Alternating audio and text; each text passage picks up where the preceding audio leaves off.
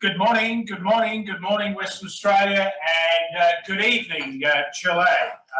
My name is Michael Carter. I head up the International Trade and Investment at the Chamber of Commerce here in WA. The reason I'm standing in this specific spot is so that our good friends that are online in Chile and across Australia can obviously see me.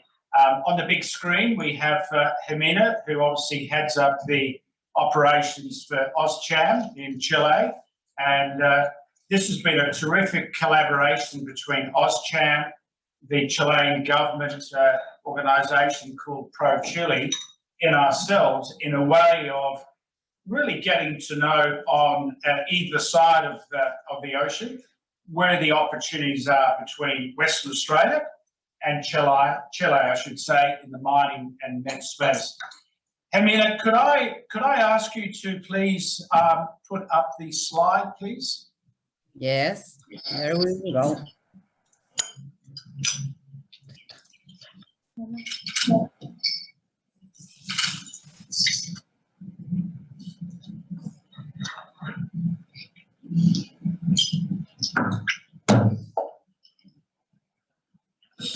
And if we could just put that into a projection mode. Fantastic. So next slide, please, Camilla.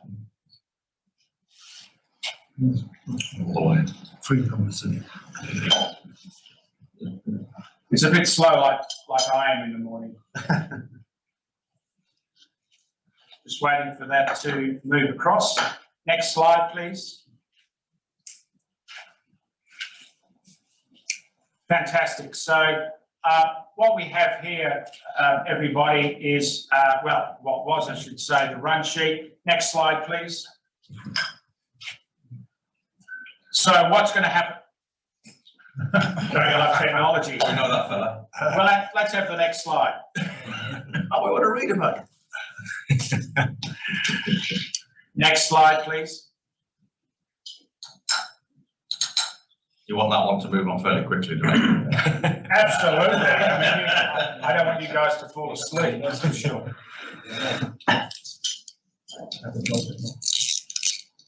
Next slide. Okay. Keep going back. Okay, so what I'm going to share with you is that I'm going to tell you a little bit about, and this is more for the benefit of the Chilean companies that have dialed in, a bit about the pedigree of the West Australian mining sector. I then am going to introduce you to my colleague, Mr. Ray Lowe, who heads up at the Chamber the Industry Capability Network. We are then going to cross over to Chile, and bearing in mind that they are 11 hours behind us, for both Auscham and ProChile to talk about the perspectives and some of the insights within the Chilean mining and METS sector, which I'm sure will certainly garner some sort of interest from you folk here around the table in terms of, you know, the opportunities for collaborating with Chilean mining and METS companies. We then will have the opportunity to hear from two companies that are very active in Chile. One of them, of course, is CSIRO Chile and the work that they are doing with respects to research and development in looking at ways of building efficiency into Chile's mining sector. We will then hear from a company called Hot Chili, and they were recently in the press here and the work that they are undertaking in Chile. We thought that was important to look at and understand just what are the experiences of doing business in Chile. And then, of course, and more importantly, we will have the opportunity to hear about the services and the technologies, and more importantly, the pedigree of 6 Chilean companies that are going to talk about their business model and their appetite for wanting to engage with the West Australian mining and METS sector. Now, 4 of those Chilean companies will be coming in online. However, we're really grateful that we have the 2 other Chilean companies that are here very much in this room. So we have Gary from Vantaz, and he's going to be able to sort of give a perspective of what Vantaz are doing here. and again about the particular perspectives. And of course, next to him, we're going to be hearing from Mauricio from a company called Hrzic and Alvarez. And again, a very vibrant and dynamic Chilean company that are looking to certainly build their inroads into this marketplace. So I dare say that there'll be an opportunity for some great, two-way conversation as we move forward. Could I please have the next slide?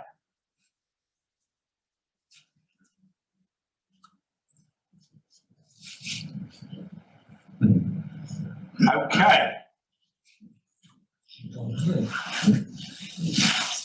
Ximena and Camilla, it would be wonderful sorry. if you just move.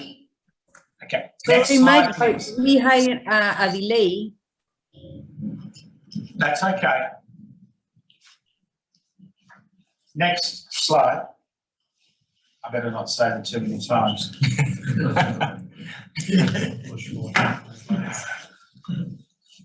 I might read about myself. Would that be an idea? There you go. There you go.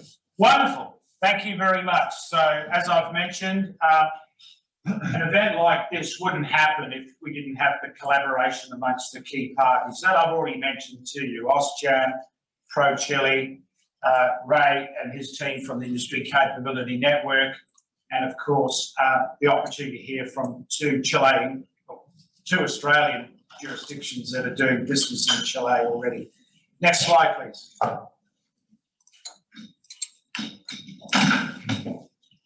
The 6 companies that you're going to be hearing about shortly, and it is all about the 6 companies because here is the opportunity where we can help in facilitating business matching. Next slide.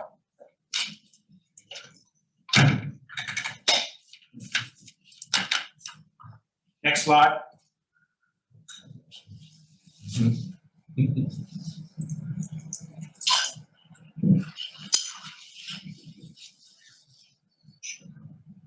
When you think about the Australian mining sector and the Chilean mining sector, there are some similarities, particularly at a macro level, okay? So, for example, the contribution that the Chilean mining and METS sector contributes to Chile's GDP is about 9%.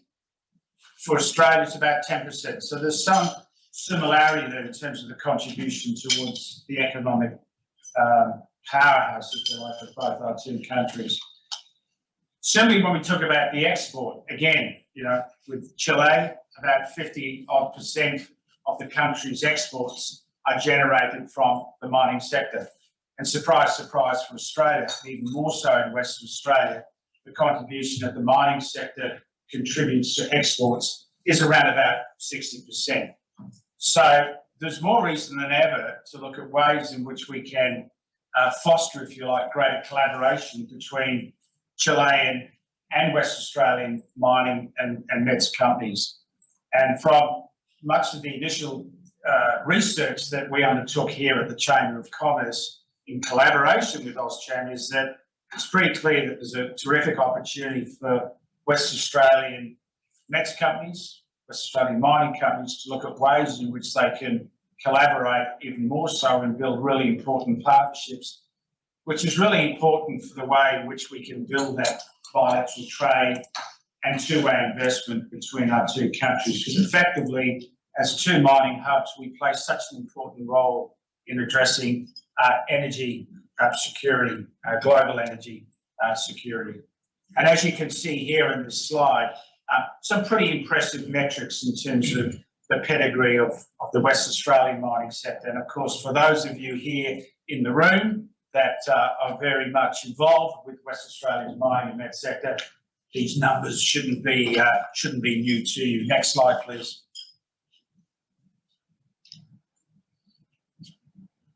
So, without further ado, it gives me immense pleasure to introduce Mr. Ray Lowe, who heads up the Industry Capability Network here at the Chamber, and he's going to explain a bit about what ICN does and its relevance, particularly to key sectors like mining and construction. Thank you, Ray. Thank you, Mike. Morning, everyone. Next slide, please. Try this. So before I jump into explaining what industry capability network does and what we do.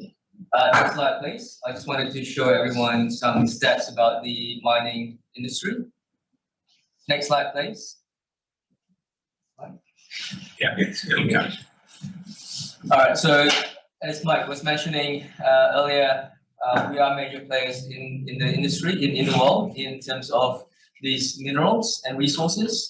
So you can see there, those who are based in WA and Australia, you'll know iron ore is a major exporter of ours. And we make up 39% of the global supply. Critical battery minerals, especially lithium, you can see that almost 50% of the production is from WA, and along with other critical minerals as well. So we are a major player in the industry. And of course, LNG exports, 12% of global LNG exports are from WA. And in fact, nationally, we make up 7% of Australia's LNG exports. So in terms of resource sector, we are very big players in the world, in the global scale. So I wanted to share this insights with you and stats so that you can understand the magnitude and scale of the industry in WA itself. So after looking at all these stats and these projects that are happening in WA, even nationally, how do you participate in these projects? How do you get in front of the contract procurement teams? And this is where we come in. Next slide, please.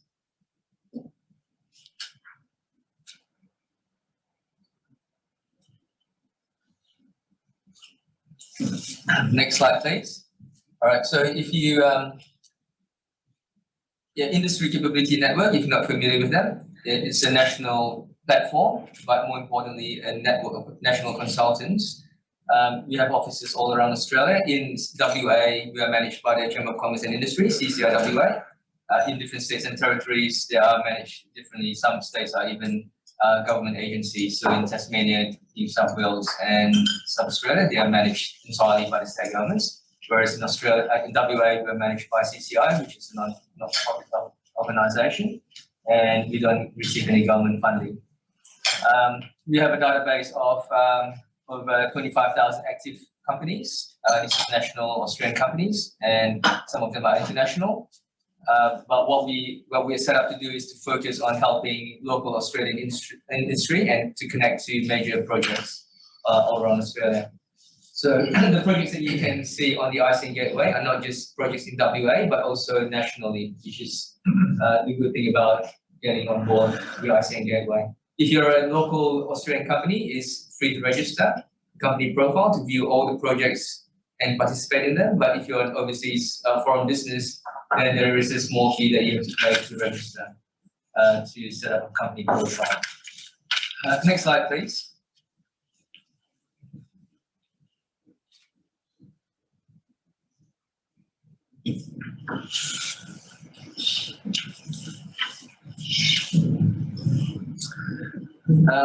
So this is our website. This is the homepage.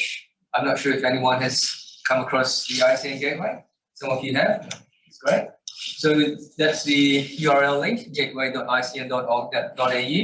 And if you go on there, we work across multiple industries, not just in the resource sector.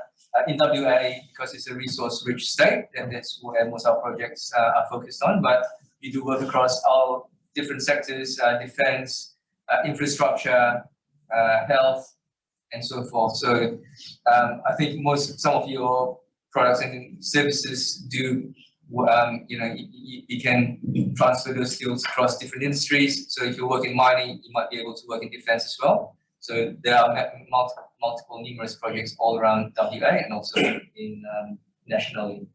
Next slide, please.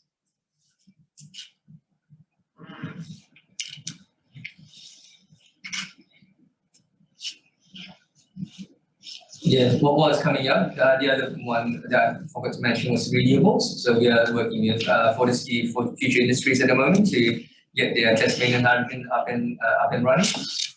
So I think there's a lot of interest in the renewable space.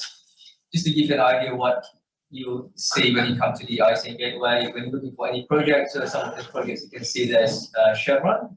So we work in the operational space as well. So not just constructing new projects, but also the operation and maintenance space. Chevron operations is an example. And the next major project that we're working with in iron ore is the BHP Western Ridge. A lot of these projects we work in the early phases, even before FID's financial investment decision has been made. So we have very early engagement with these projects to identify local capable Australian suppliers for their construction or operations and maintenance. Next slide, please.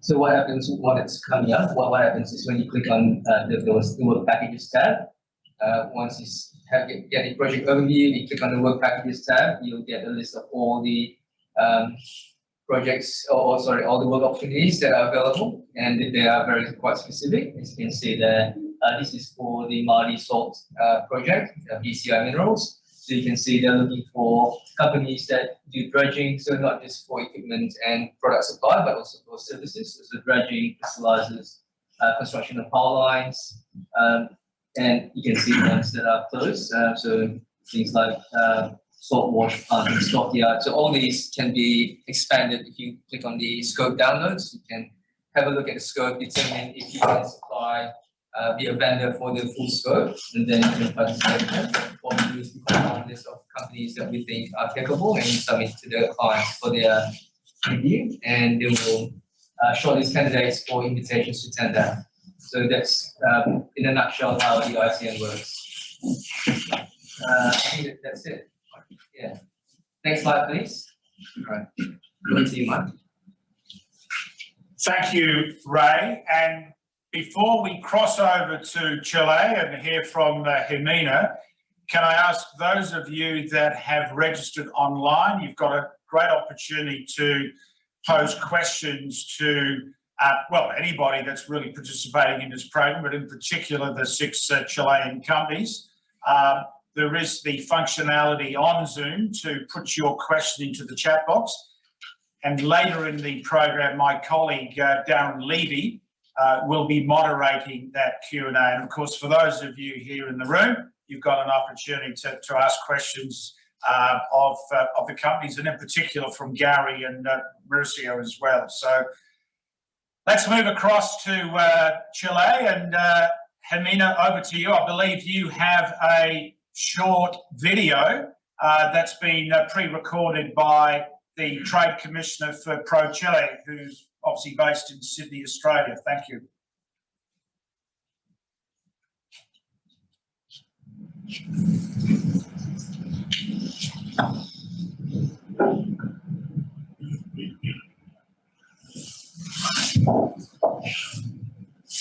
Hello, my name is Jose Arias.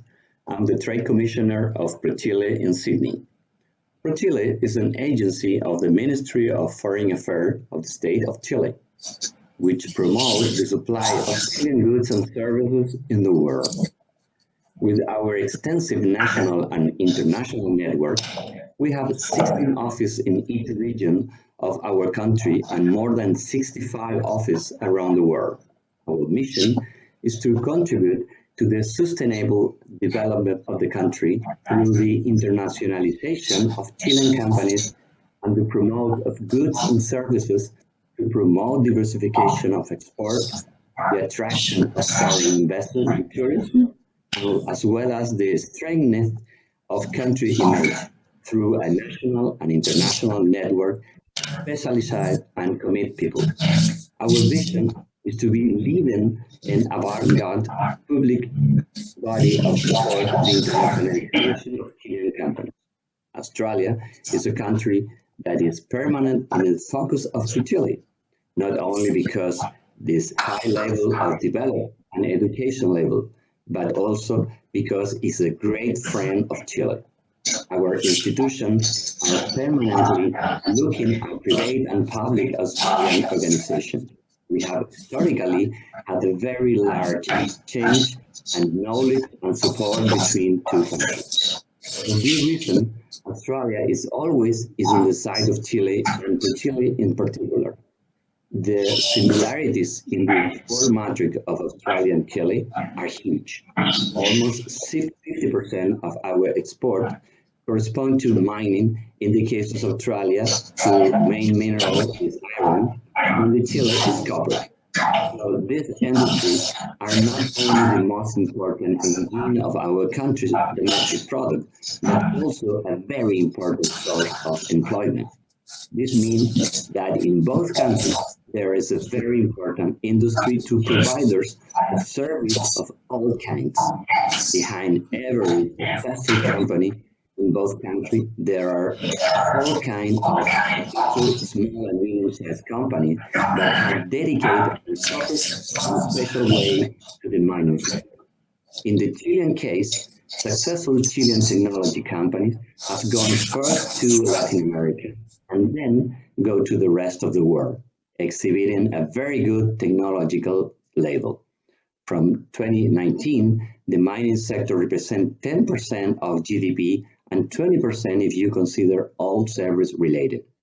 In the next 10 years, it's expected 74 billion according to the Codelco figure investment. The bigger players are Codelco, BHP, Billington, Anglo American, Rio Tinto are international companies with solid roots in Chile and Australia. With respect to these kind of public activities, the government through ProChile give a full support to the Chile mining and METS opportunity. We believe the exchange of experience, to know each other, to take the time to share knowledge is a privilege to the METS Chilean companies. I hope you have the best time in this workshop. Let me express my gratitude to Auscham, especially to Ximena and her team, and the Chamber of Commerce and Industry of Western Australia. To ProChile, be a part of that support to our companies is an opportunity to connect dots. The best of luck in this activity. Thank you very much. Unmute us to unmute our meeting.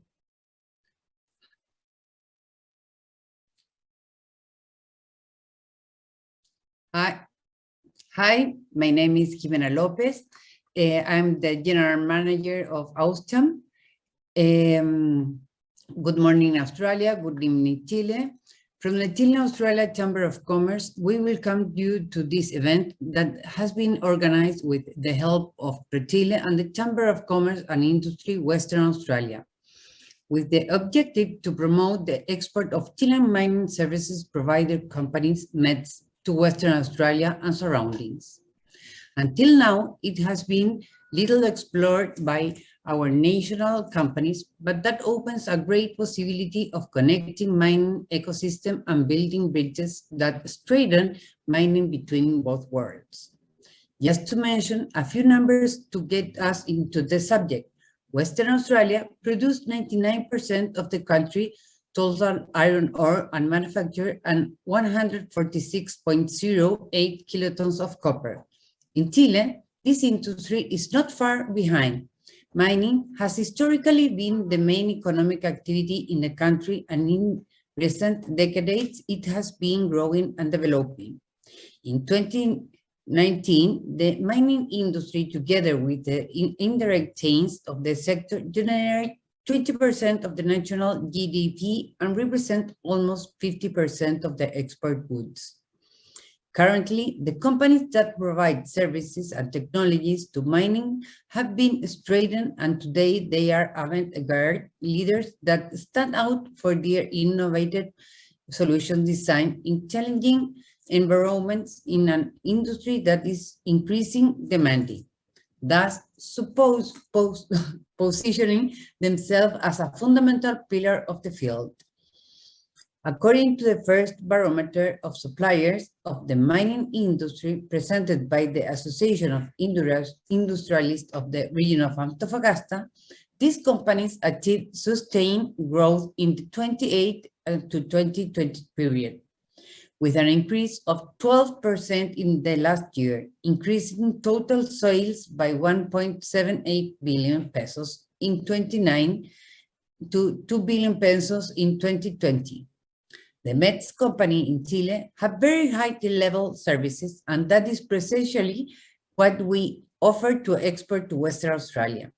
In the initiative, that we are promoting, 6 Chilean companies have already dared to analyze and propose solutions to the challenge faced by Australian mining. These are Maurice Alvarez, the top companies, Vantaz, Unholster, Tequia, and Tectramin. We hope to continue opening opportunities that benefit business development by promoting with these meetings even more that opportunities that mining service provider companies have in that country. Australian companies and institutions have already tried working with our companies and have realized profitable alliances that have benefited with their business model. Today, we have guests the representative of Hot Chile and Cicero, who can tell us firsthand the experience they had. From Auscham, we highly value the support of each of the Australian companies present today, and we hope to support many other activities that continue to generate connections and better mining. I present now Jose Ignacio Silva, Country Manager and Chief Legal Counsel. Jose started his career in litigation, commercial and mining law and business negotiation and in their first law firms in Chile. Jose has also completed 2 years work experience in London in financial fraud at the Serious Fraud Office, where his team successfully prosecuted a high-level case of corruption of foreign officials. Jose has been working with Hot Chile since July 2009 and in 2011 became Chief Legal Counsel. Hi, Jose Ignacio. Please, the stage is yours. Thank you very much, Ximena. I will give my presentation in Spanish because we have translators. So can I share the screen though? Let me see if I can share my screen. I can't, but that's fine. No, I will make it that you can share it if you want. Okay. Ya pues. Perfecto, voy a seguir en español y dejar que los traductores nos ayuden con el inglés. Efectivamente, nosotros somos Hot Chile Limited, somos el mayor compañía de exploración y desarrollo de cobre y oro listada en ASX, que tiene presencia en Chile. Obviamente esto excluye a los majors. Estamos en Chile desde el año 2008, la verdad. Iniciamos revisando básicamente unos 12 a 15 proyectos básicamente desde Arica hasta la región sur de Chile. En los primeros años, obviamente, que revisamos un portafolio, hubo algunos proyectos que nos llamaron más la atención que otros, y con un montón de ayuda y financiamiento, obviamente, financiamiento que venía principalmente de Australia, también de Canadá y algunos particulares chilenos, iniciamos esta aventura de exploración en donde comenzamos con muchos proyectos, campañas, poco a poco internarnos lo que era el mercado chileno. Nos tocó estar en diferentes regiones, finalmente seguimos con los proyectos obviamente que nos resultaban más atractivos, y entramos así ya hacia el año 2010 a listarnos en la bolsa de Australia, eran capitales privados en un principio, tuvimos nuestro descubrimiento, avanzamos en este ciclo inicial que estuvo desde el año básicamente el 2009 hasta el segundo semestre, yo siempre digo el 2013, en donde obtuvimos un recurso minero importante. Esto es un proyecto nuestro que antes era el principal llamado Productora. Obviamente que una vez que el ciclo se cae, nos cuesta mucho seguir, sin embargo teníamos un asset, un activo subyacente muy bueno, por lo que pudimos seguir incluso en el mercado de la baja, en buscar más oportunidades y tratar de mejorar nuestro proyecto con lo que podíamos. ¿Qué es lo que nos fijamos que obviamente podíamos hacer en el mercado de la baja? Obviamente que todos los temas de infraestructura, todos los temas de concesiones marítimas, varios temas de ingeniería, estudios ambientales, y ciertamente que campañas de exploración quizás mucho más enfocadas y mucho más Sí, enfocada es la palabra, que cuando el mercado está un poco más al alza, que obviamente se pueden hacer campañas más grandes y se puede aprovechar más los mercados financieros para descubrir qué hay debajo de la tierra. Nosotros luego del 2016, en donde emitimos un recurso en productora, son 250 millones de toneladas más o menos, un poquito menos, para los que entiendan esta materia, a 0,5 cobre equivalente.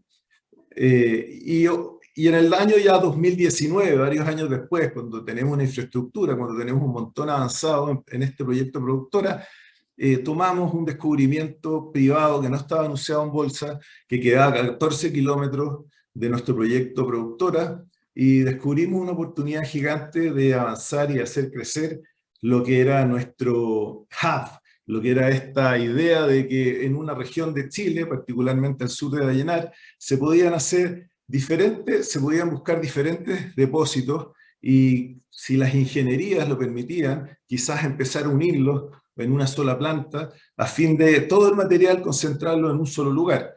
Efectivamente esto resultó y tuvimos una muy buena apoyo del mercado. Hace un par de semanas logramos levantar 40 millones de dólares. Estamos en un proceso de transformación que nos va a llevar a listarnos a Canadá. Canadá, ustedes saben que tiene mayor presencia en Sudamérica que Australia, pero también son un mercado profundamente minero. Estamos en un proceso de listarnos allá. Logramos ya sacar un recurso en Cortadera, este nuevo proyecto que está a 14 kilómetros, que básicamente ya es el doble de productora, y es por eso que ahí yo pongo que tenemos cerca de 750 millones de toneladas a más o menos 0,5 puntos de cobre equivalente.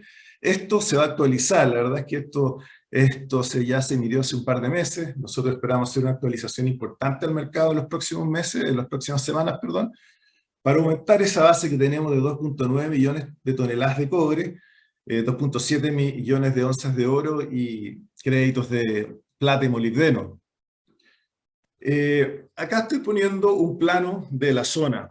Aquí está el proyecto productora, acá está el proyecto Cortadera, se puede ver al este, el proyecto Cortadera en verde, proyecto productora en amarillo, y toda la infraestructura que básicamente hemos asegurado en estos 10 años.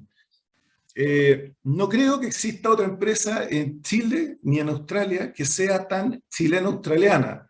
Estos 10 años de vida en este mercado, con una gerencia importante chilena, pero también con una gerencia importante australiana, y con directores tanto australianos como chilenos, han hecho que sea una empresa en el genuino sentido de la palabra muy internacional, muy enfocada en Australia y en Chile.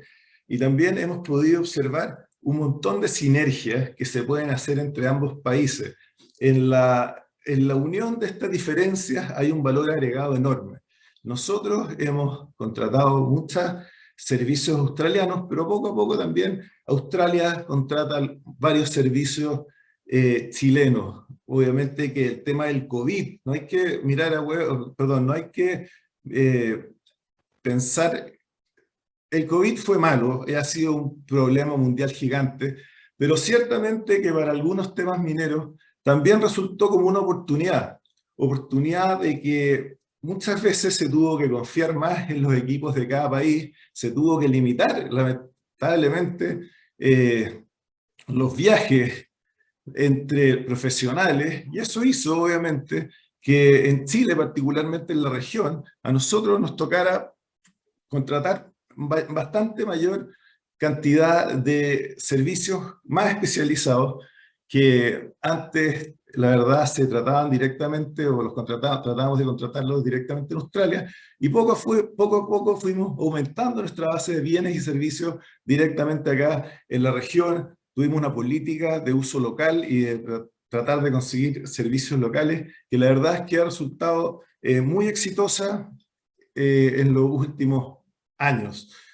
Estamos con una campaña hoy día de sondaje bastante grande, con una productividad alta y permanentemente perforando. Ustedes saben aquí, los que son exploradores, que la perforación en la exploración es la madre de este juego. Y obviamente que tratar de que esa exploración salga lo mejor posible. Voy a hablar un par de cosas importantes o de qué han sido para nosotros los servicios más importantes que hemos podido tener. De todas maneras, el trabajo, el factor humano es el factor más importante. El 70% de nuestro equipo es del Valle del Huasco, no solo asistentes, también cada vez hemos incorporado más geólogos, perforistas, operador de máquina especializada. Esos son servicios que en Chile la gente ya existe un nivel en la minería local que es posible contratar en las regiones más mineras. O sea, yo diría que en Antofagasta y Atacama, que son regiones chilenas muy mineras, hoy día uno encuentra un abanico de posibilidades de servicios técnicos que son muy importantes para la actividad y que permiten desarrollar la actividad sin mayores complicaciones. Por ejemplo, tenemos EIG, que son suministros de bienes geológicos. Ni siquiera en la peor parte de la pandemia, si bien hubo atrasos comunes atribuibles a atrasos de exportación, en ninguna parte tuvimos que parar, en ninguna parte hubo una suspensión. La verdad es que la industria chilena minera soportó muy bien el tema de esta pandemia. Así que en eso, incluso con los suministros desde afuera. Tenemos otra empresa como Top Geo, que hacen topografía de collares, o Color Survey, también un servicio muy especializado, obviamente por su tecnicismo. Se contrata una empresa local chilena con excelentes resultados ya hace 2 años, que trabaja muy bien. Y un último tema, yo quería tocar los contratistas chilenos que seguramente más se distinguen o que más diferencia hay con Australia por la naturaleza misma del país. Los proveedores de servicios de movimiento de tierra.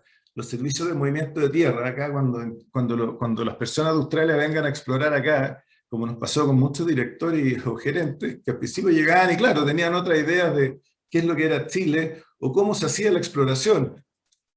Cuando llegan acá y se dan cuenta que Chile es un país que en muy pocos kilómetros, en la parte más angosta de Chile, solo tenemos 30 kilómetros desde el mar hasta la cordillera, la parte más alta, y en la parte más ancha esto es como 180 kilómetros. Nuestro país va de 0 a 7.000 en muy poca distancia. Entonces nuestra topografía es una topografía bastante dura de llevar. Se requieren profesionales que hagan los trabajos de movimientos de tierra, se requieren muy buenos profesionales para eso, muy buenos técnicos.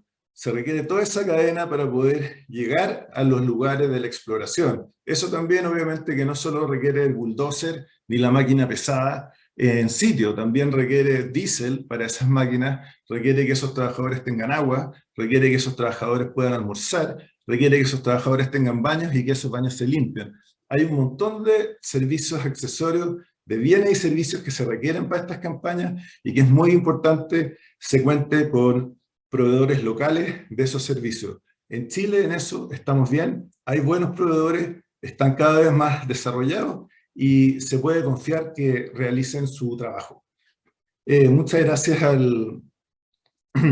muchas gracias a la Cámara de Comercio Australiana por dar nuestra opinión sobre quienes suplen los servicios en Chile para la exploración minera. Ximena. Gracias, José, por tu bienvenida y contarnos un poco de todo lo que ustedes han usado de suppliers. Les quiero presentar a Orlando Jiménez. He is Executive Director from CISAIRO, Senior Executive and Professional of Experience. Dr. Jiménez is an innovation and strategy expert with substantial experience in the private and public sector in planning, negotiation, and implementing large-scale multi-stakeholder initiatives. He is a senior research associate and PhD graduate from the University of Oxford. Hi. Hello. For some, Ximena, can you hear me? Yes, we can hear you. Yeah, I cannot start the video, but if that's okay, I could. No, I'm asking you to start your video. There you could Oh no, there you go. No. Yeah, can anyone see me? Yes. Okay. So, well, thank you first of all. Good evening and good morning to everybody. I'm going to be very short. And well, let me start by thanking the organizers, particularly Auscham, ProChile, and the Chamber of Commerce and Industry in Western Australia. And I haven't been over the last 2 years in Perth, lovely Perth. So thank my regards to everybody sitting over there. So to talk about Chile METS, which is essentially the topic I was invited to speak about, I think probably we need to start by talking a bit about Chile itself. CSIRO, as you all based in Australia will know, is very well known in Australia, but in Chile, not really. We came to this country 10 years ago, and we have the largest operation in LATAM, but we look after the business here, but also in Peru, Colombia, and Brazil. Our focus is in minerals and mining, water, environmental management in several industries. And always the first question is, why Chile? And normally it's the first common question. It all started with an invitation from the Chilean government to bring capabilities that were not available in country. And indeed, in Chile, both government and industry have been, over the last 15 to 20 years, making significant efforts on improving and increasing the depth of the innovation system. And in that context, CSIRO was invited, and obviously we took the chances.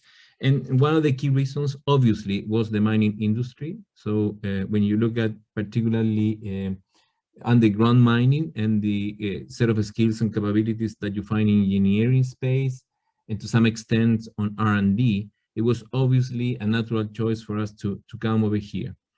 And yes, we've been working on a number of areas, and our collaborative research model is probably worth mentioning at this point in time, because without local partners, we wouldn't been able to build our brand and our business in Chile. In Australia, as you all know, we are definitely well known, but when we started here, just a few people knew about us. Here we're a small business, here we're private, in Australia we're public, and we really needed to hit the run very quickly and deliver value, because at the end of the day, that was the reason that we came over here. So and that comes back to probably the main element, that what we do, everything that we do in Chile is based on a number of collaborations across the innovation system.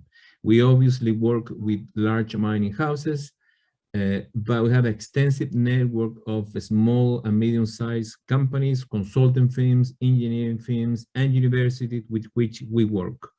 So I will very briefly give you 2 examples on very concrete things that we are doing or have been doing over the last few years. So 2 years ago, we started very actively in the hydrogen space to look at, in particular, to that portion of the mining energy grid that cannot be electrified, and that explains to a lot of extent the carbon emissions that particularly the mining industry will be accountable globally and locally as well. And so we were able to partner with a number of Australian and international organizations, and we brought an international consortium to implement the so-called Hydra Project. This is done with Mining 3, NG, Vale from Brazil, TIS from the truck industry, and 2 local engineering companies. And these 2 local engineering companies have been completely part of the team. And this project's actually developing a hydrogen-based powertrain for a kayaks heavy-duty mining truck. We are it's really novel what we're doing, and it's already showing pretty significant and interesting results. We expect that in 6 months more we will be having industrial scale trials at one of the mines here in Chile.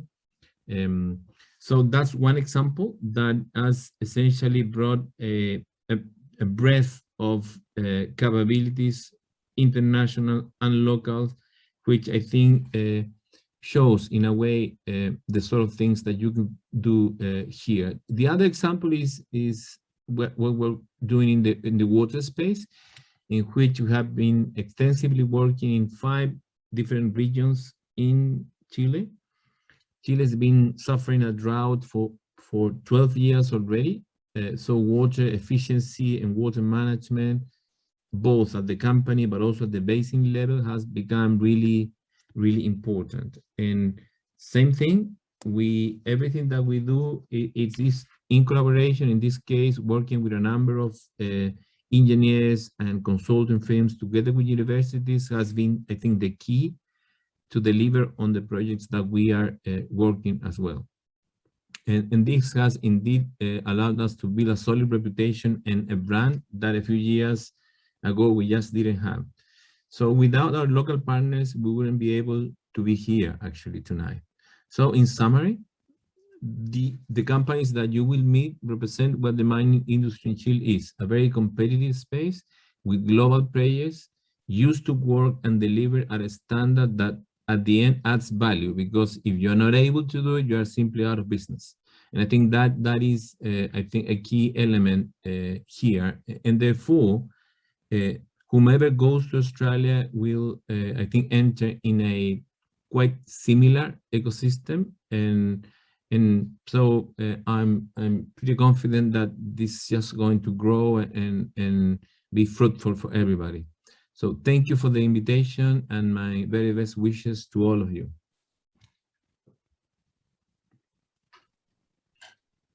Thank you, Orlando. Now I want to present you Maurice Saldias. He is in the meeting room and he will speak from there. So I will unmute you.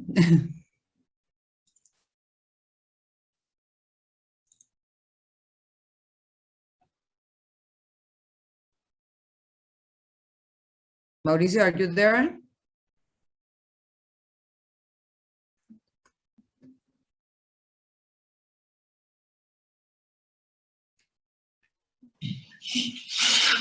Okay, can you hear us, Ximena? Ximena, I believe you're going to run a brief bio. Yes, now wait me that because I'm putting you in the spotlight.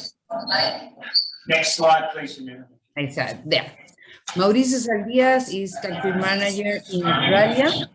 He is a chemical engineer and he started his career with Alvarez in Chile in 1989 until 2008, when he moved to UK to join Jacobs Engineered Chemicals and Resources. Now, after 12 years, he's working in London and Perth, back to Alvarez in charge of business development of their first Australian subsidiary. Mauricio holds a dual Chilean-British citizen, and he's a permanent resident since 2018, where he lives with his wife and 2 young daughters. Hi, Mauricio. Thank you, Ximena. Next slide, please.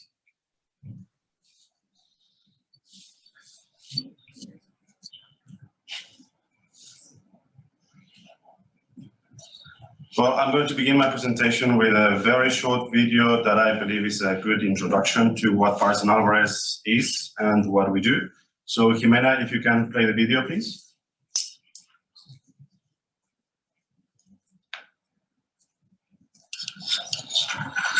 Remember that we have a delay, so we are putting the video. Thank you.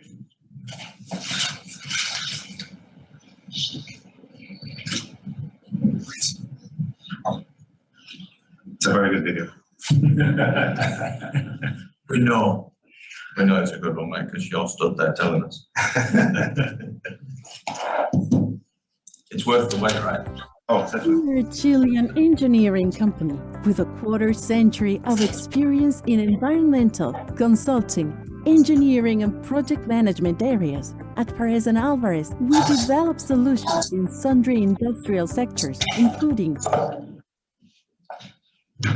You may need to exit out as the audio comes out. Open oil and gas, food, manufacturing industry, and infrastructure, delivering adequate and quality solutions to all our clients. Our focus is to deliver innovative solutions with high quality standards and to promote a close relationship with our clients based on commitment, flexibility, and transparency standards. We envision ourselves as an avant-garde and technological entity in a Chilean growing environment, which is currently positioned regionally as one of the best. We are Araujo and Alvarez, a company with values that translate into action.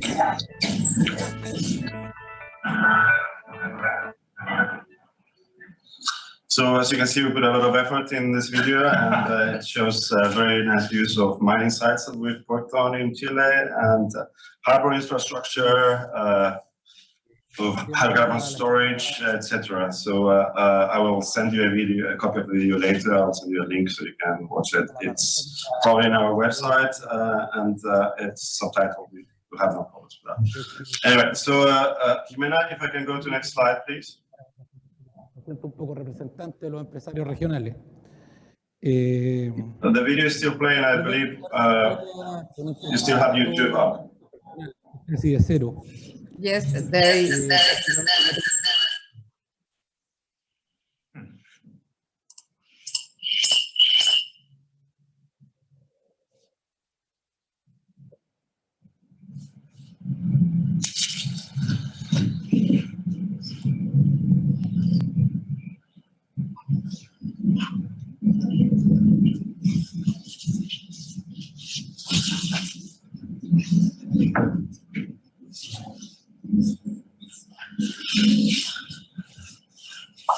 So as Ximena said, I've been in Perth for 3 years now. I used to work for Jacobs, but I started my career with Alvarez. The first 10 years of my career were with Alvarez, so I know very well the company.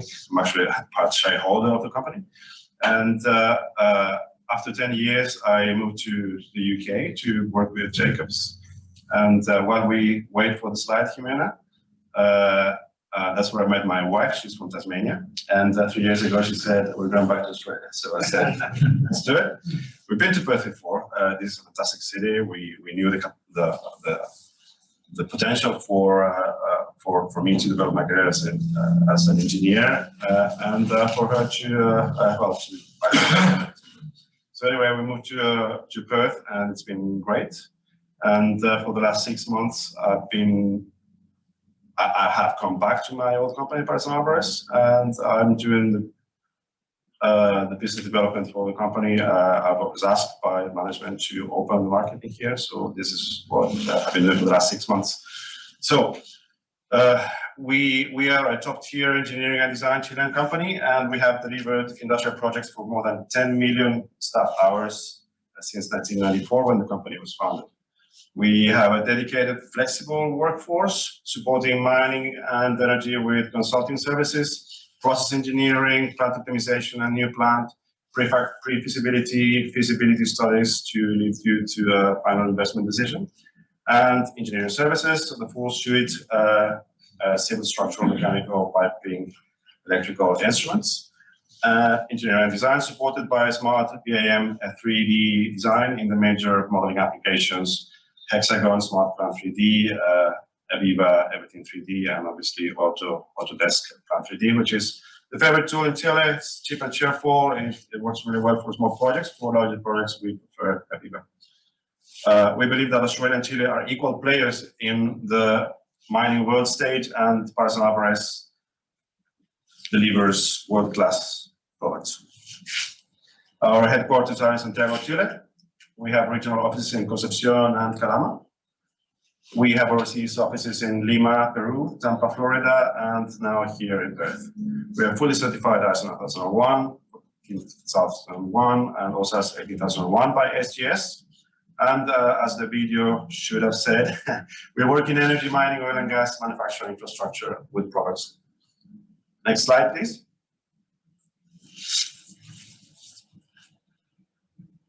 So why us? We are a Chilean engineering company born in oil and gas and made in mining. The company started at the shadow of a local oil refinery in Concepcion, providing services of consulting and basic engineering. But shortly after that, after the inception of the company, we started making inroads in mining. And these days, mining is 60% of our business in Chile. Our customer list shows that we have a track record of working with the largest companies in Chile and abroad, and we have the potential to be your partner and gateway to Latin America in mining and energy decarbonization initiatives. Some of our customers are BHP, Diaz, Benz, Glencore, Tech, SQM is one of our customers, INAX, and the last two have now a presence in Australia, so we look forward to join them here. We have very good relationships with OEMs like METS and Tenova. The products and services we offer were, as the video showed, our domestic portfolio spans the entire life cycle of heavy industry projects, from environmental permits to EPCM commissioning and startup. Our overseas operations focus in consulting, engineering, and design with the local Australian and expat component of management and supervision. Our staff, we are 700 strong in Chile, and includes consultants with over 40 years experience, ranging from developing intellectual property to production troubleshooting, with expertise in copper, in particular heap leaching, and lithium, that's lithium brine, that's what we have in Chile, and hydrogen plant integration, both the green shade of hydrogen and the darker shade. We are fully incorporated in Australia, and my name is Mauricio. Drop me an email, let's meet for coffee. Thank you.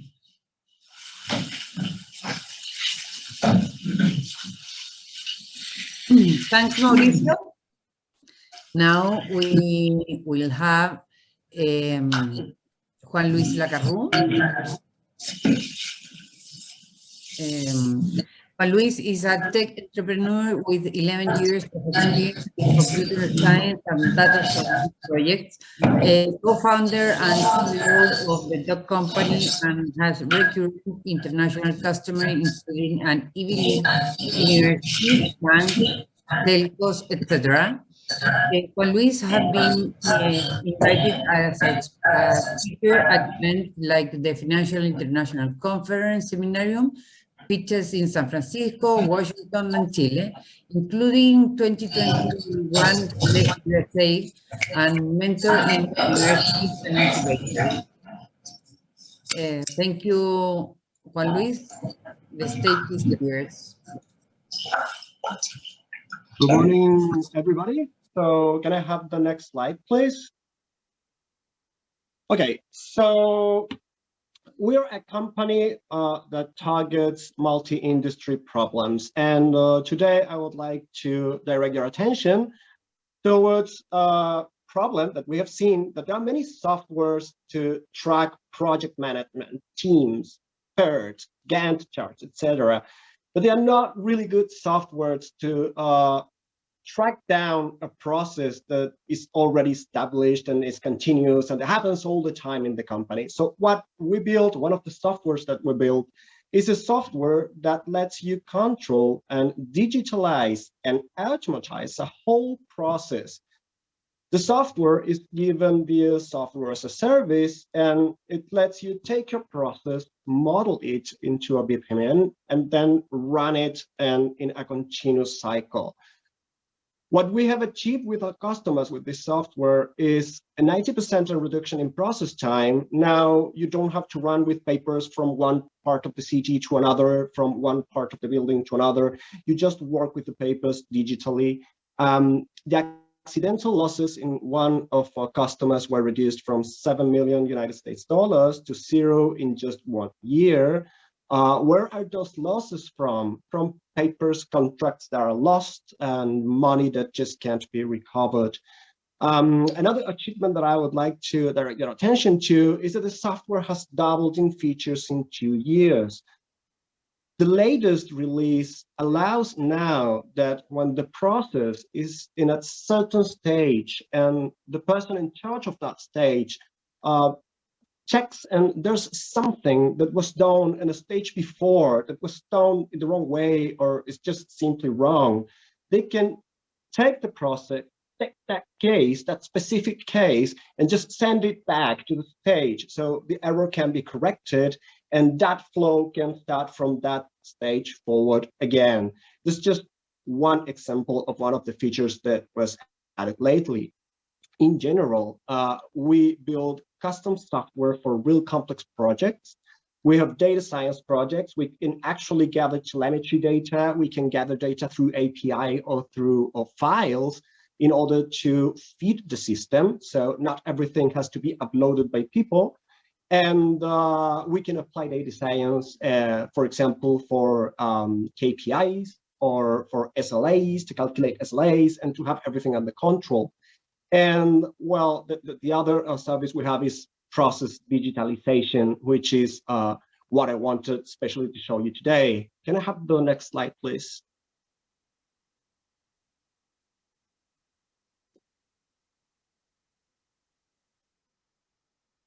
So who are we and why can we do this? Well, you already heard about me. Our CTO, Luis Puentes, has run projects for more than 15 years, in which we have the Chilean National Mining Council. He has run projects for Orica, projects for the Inter-American Development Bank, and many others. Dr. honoris causa, Mr. Jose Charango Munizaga Rosas, is a doctor in natural resources extraction. He has been settled in Perth for many years already. I think it's over 10 years. He's professor in universities across Latin America, Peru, Chile, and Australia. And his doctorate honoris causa is for his contributions to the mining industry in Peru. And last but not least, we have Dr. Rodrigo Contreras. He's a geophysics doctor from the University of Leeds, who's right now settled at Trinidad and Tobago and leads any project that is suited for his research field. We work together with a team of competitive programming guys. Many of them are ex-Microsoft, ex-Facebook, or ex-Google, and a team as well from product designing. Next slide, please. So some of our customers, as I said, we are not industry specific. We have worked for many other industries, and I already mentioned Orica, the Chilean Mining Council, etc. So in this page, I just wanted to focus my attention on very diverse industries that have trusted us. And we have Itaú Bank, that's a transnational Brazilian bank. 3 universities from the Ivy League. Sadly, because of contract terms, I cannot mention them, but it's 3 of the Ivy League universities. Entel, that's a telecommunications company with presence in Chile and Peru. With them, we have done actually really cool projects and risk scoring for some kind of specific frauds that occurs in that industry. And another really different one is Cancel Bots. That's a group of researchers and academics from the Ivy League who run projects to help education in specifically in Latin America, but in whole America. Our presence right now is in Chile, the United States, Panama, Peru, and I was honored earlier this year by the government of Australia with the Global Talent Visa program. So I'm going to move myself personally to Australia in the first quarter of 2022 to open our businesses over there, along with Dr. Charango, which is already on Perth. That's it. Thank you very much. Thank you, Jose. Welcome, Gary Warden. He's there in the also. He's country manager in Australia for Vantaz.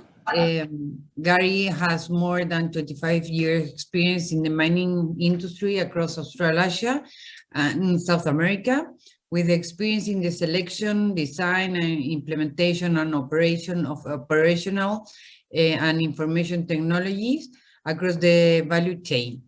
He also has expertise in improvement and transformation, and he's passionate about helping companies and their journeys to become more sustainable.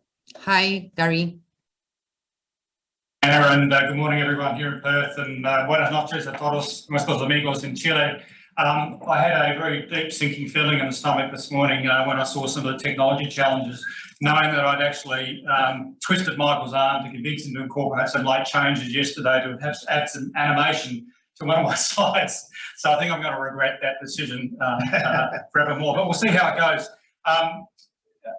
For those of you, you guys now know more about Chile. For those of you who might have walked in the door not knowing very much about the mining industry in Chile, you know more than I knew when I landed in Chile for the first time in 1994. I'm embarrassed to say I knew virtually nothing about Chile, knew nothing about its deep history in mining. And Australia likes to feel it's the world leader, the Olympic champions in most sports. And certainly Australia does extremely well in the mining industry, but Chile's right up there as well.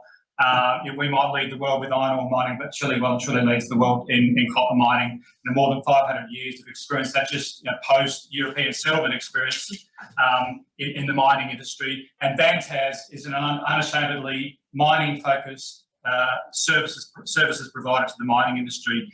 Been operating for 21 years, born in Chile, but now with a global presence. With a focus across 4 key business lines. I'm just going to focus on the one we're really focusing on here in Australia, which is our technology business line. Now, the next slide is the slide which is probably going to cause us some challenges. We'll see how it goes, whether or not it builds. But we have many years of experience helping the mining industry transform and improve productivity through the design and implementation of mining technologies. So if we can go to the next slide, please. Hopefully this works. We have a large number of people spread across the world, so the build hasn't worked. This slide really shows the mining value chain, which hopefully most of the people in the room will be familiar with across the top of the page. And what's now hidden down the page are the 4 key life phases, I guess, of the design, selection, and implementation of technologies. But we've got experience across a whole wide range of mining technologies, both information technologies and operations technologies. The one you can actually see here is the smart cap technology. So it's an operator fatigue technology. And so one of our sort of key focuses areas is deployment of technology, or design and deployment of technologies in the health and safety space. We've designed and deployed access control systems as well in that particular space, and health monitoring systems. What's now sort of hidden by the automation, the other sort of key technology focus areas is mining automation and remote control of mining equipment. So haul trucks, loaders, drills, remote rock breakers, they're all technologies that Vantaz has experience in the design and execution of those technologies. And integrated operations centres is another area which we've have significant experience in. I'll show you a little bit more detail around a case study around operations centres in a moment. And then the other sort of key focus for us is around the design and implementation of converged infrastructure, data centres, so a large number of projects in that particular space as well. Each one of those bars on the page represents a theme, so we would have multiple projects within each of those particular themes, so significant experience across the board. If we just go to the next slide, and I am speeding through this sort of because I'm conscious of time, just around the case study. So this is specifically focused around a significant international mining client who had some challenges operating 2 remote mines. Each of the mines had disparate technologies. If we can go to the next slide, please. Disparate technologies, disparate processes, disparate management teams. There was no integration and really little in the way of optimisation across the value chain. So Vantaz was brought in right at the concept stage to develop the initial concepts and do the design about developing an integrated operations centre in Santiago in this particular case. So we looked at the various technologies that could be brought in from being operated on-site to being operated from a city-based control room, and went through and did the detailed architecture and design, and then a lot of focus around the sort of operational change management. Now, that project took 18 years from concept stage to having the technology fully deployed, the people moved and trained and operational, and that's a really sort of significant achievement for the level of transformation. So with that operations center now in operation, that's unleashed the potential for that business to integrate its supply chain and achieve optimizations across the supply chain. So we have Vantaz. We're a Chilean mining company with Australian expertise. We draw on our deep subject matter experts on the ground in Chile and Peru to deliver values to our customers. And I'm looking forward to sharing some of our expertise to our customers here in Australia. Thank you, Ximena. Thank you, Gary. Now I present you Unholster, Antonio Diaz Araujo. He's the CEO and experienced executive and entrepreneur. Today he works as a founding partner and CEO of the leading Chilean company in custom software development, Unholster. Expert in big data, process optimization, data mining, analytics, performance marketing technologies, search engine marketing, and search engine optimization. He has more than 15 years of experience as a leader in product management and engineering, marketing, operation, strategic planning, and venture capital for public and private companies in various industries and stages of growth. Strong passion for innovation and entrepreneurship, with an affinity for public speaking and product evangelization. He is fluent in 4 languages and excels in both leading international teams and global outreach initiatives. Hi, Antonio. Hi, Ximena. Thank you for the kind introduction, even though I guess my marketing team writes these up, and I feel kind of embarrassed every time I get such a long intro. So hi, everybody in Australia. Happy to be here. Thanks for the invitation. At Unholster, we do custom software development. We believe custom software development actually helps companies transform their business. We believe the right software actually does that. We've been doing software development, and we have integrated 2 new areas into the company. I would say about 10 years ago, is data and predictive analytics and user experience, just to make sure we can actually capture all our customers and their collaboration, their employees into whatever systems we build. We try to make them actually sexy in terms of how they operate into this new economy of interactions, and ensure that actually we can minimize the risk on how companies transition and modernize their platforms into this new era of data-driven companies. We have worked, I would say, almost everywhere, even though the map shows mainly the US and Europe and South America. I founded a company in Palo Alto back in 2003. We raised several rounds of financing to build a software optimization company back then. That company was sold back in 2013. The use case is basically at the end of this deck. But what I want to mention is that all the software we built back then that was sold in the US for companies like Yahoo, Walmart Labs, State Farm, and so forth, was basically built in Chile and in India. We have extensive experience at working offshore and different time zones, no matter where our customers are. So essentially, I would say, even though COVID has affected operations worldwide, it has not affected the way Unholster has operated in the past, I would say, 20 years in terms of developing and building products for customers, no matter where they are and how big or how small they are. Mining is still a big challenge for us to enter the business in terms of more diverse and more, I would say, straightforward solutions in terms of what the industry needs. We have one key example of our platforms or our optimization engines working is basically on transporting sludge in between the mine and the seaport, and monitoring all the TLCs in terms of pressure, fluid transportation and material transportation, and building an optimization model that makes sure you don't get the pipeline clogged. I'll go to the next slide if I may. We specialize in 3 types of solutions. I would say is either increased profitability, where we try to, is either, even though it says here marketing is whatever process you have that you wanna master or update, optimize your resources or improve those processes is also part of it.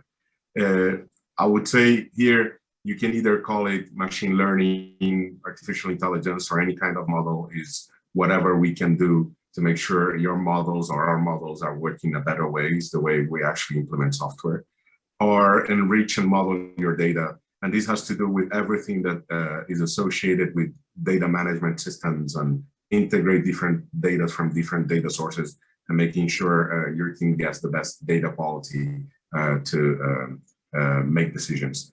I would say our track record in terms of all these kinds of verticals is either custom-made solutions, marketing, mobile applications, data science models, and RPAs, which is I would say the new hot topic around technology, is part of things that we do daily. I want to just start based on the last case study that we did, and I'll start from the bottom up on that case. Is on the next slide. Yahoo was an early customer of our company. They basically had a 3-day delay on looking at data. Basically, if I was looking at today's data and I'm managing the business, I was basically looking at data that was produced on Monday. So I'm operating in the dark for 3 days. If you I don't know if you guys know a lot about search engine optimization, but it's basically every time you go and search on a Google box, you have paid advertising and you have organic advertising. Paid advertising is everything that goes on top, and it's usually say paid advertising. That's a $1 trillion industry today. But basically Yahoo was bidding on 2 million keywords every day and was spending about $5 million a year in terms of marketing spend. When we took that platform, we transformed it into a big data platform and an optimization platform on top of it. So basically now we're able to process data from, instead of 3 days, in 3 hours. So we build a data highway, if you want to look at that in that way. And instead of optimizing 2 million keywords, we're able to optimize 145 million keywords. And our budget went from $5 million to $150 million a year in terms of spend. That whole software was built in Chile, a team of 5, 2 PhDs. We are highly selective in terms of the team we hire. Our data science team is basically based on PhDs from either Stanford, Caltech, and so on. We're a 52 people company. Mainly, we have people in the US, people in Brazil, people in Argentina. We have people in India, but the main core of the 52 are here in Santiago, Chile. I really appreciate your time. One of our big fans is Nick Besbias, the former SVP of marketing at Yahoo, the first CMO at LinkedIn until 3 years ago. And we have many cases that we can present. You can shoot me an email and happy to organize that. And again, thank you very much for the audience today.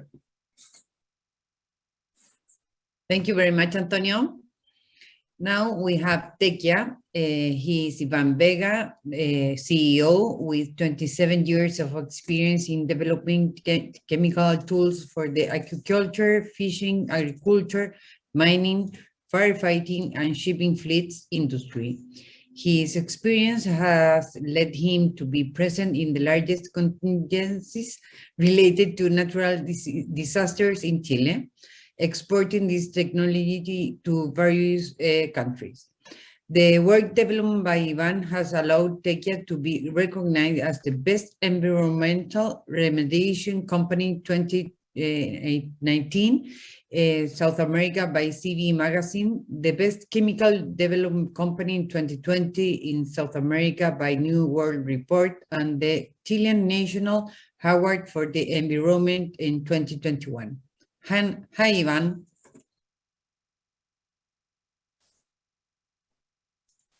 Iván, are you here?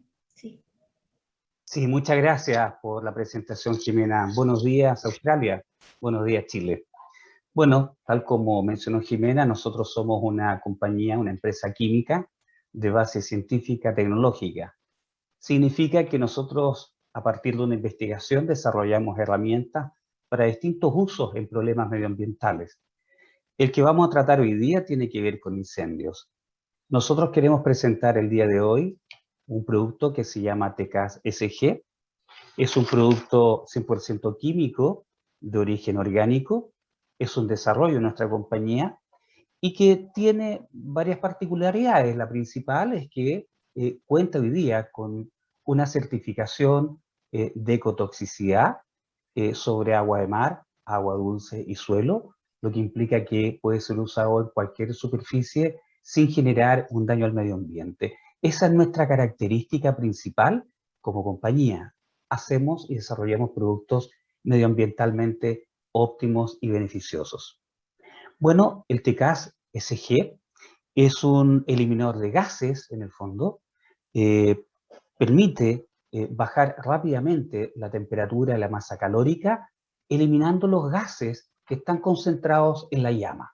La llama está formada por vapores que se están combustionando y nosotros, a diferencia de otros agentes extintores, atacamos y eliminamos ese combustible para eliminar esa llama. Esto nos permite que las temperaturas pueden bajar rápidamente desde 600, 800 grados, podemos bajar a temperaturas de 30 a 40 grados en pocos segundos. Esto es muy significativo, puesto que en las aplicaciones nos permite trabajar un sinnúmero de combustibles para distintos eventos de emergencia. Estamos hablando de emergencias, por ejemplo, en aeronaves y terminales aéreos, y es muy importante destacar por qué podemos trabajar con aeronaves. Este producto tiene la particularidad que entra en contacto y elimina en forma instantánea el combustible.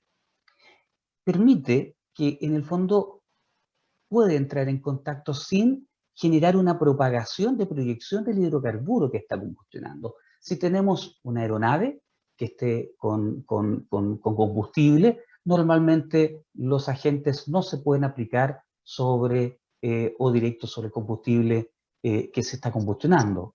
Nuestro producto, al momento de entrar en contacto con el combustible, esto lo elimina, generando una degradación del combustible prácticamente en forma instantánea. El Tecas SG es un producto muy versátil. Quiero primero hacer una revisión de esta tabla de comparación que tenemos en la pantalla y quiero explicar más o menos de qué se trata. Nuestro producto se utiliza al 1% de concentración. Significa que prácticamente la totalidad del otro compuesto es agua, que nos permite tener un consumo bastante moderado de esta agente. Es un aumentador del potencial de extinción de agua, es decir, el potencial de agua. Nosotros podemos hacer que esta capacidad extintora elevamos 17 veces el potencial de 1 litro de agua. Es decir, podemos con muy poca agua apagar un gran incendio. Tenemos una rapidez de acción alta, tenemos una resistencia al calor, que es un punto muy importante también, puesto que nuestro producto tiene una resistencia de 600 grados centígrados. Esto es muy relevante porque podemos trabajar en incendios de alta envergadura, con combustibles principalmente. La generación o esta supresión de vapores nos permite también eliminar lo que se está produciendo después de la combustión. Significa, por ejemplo, que podemos tener una alta resistencia a los alcoholes. Tiene una característica de eliminación de fuegos clase A, clase B, clase K. Podemos eliminar alcoholes polares, alcoholes no polares. Trabaja con agua dulce, salada, aguas industriales. Puede ser combinado nuestro producto con otros tipos de combates, con otros tipos de productos como agentes de polvo y otras espumas sin impedir su acción. Tenemos una disminución de temperatura de combustibles también. Podemos eliminar o podemos apagar un incendio de hidrocarburos bajando rápidamente las temperaturas sin generar rebrotes.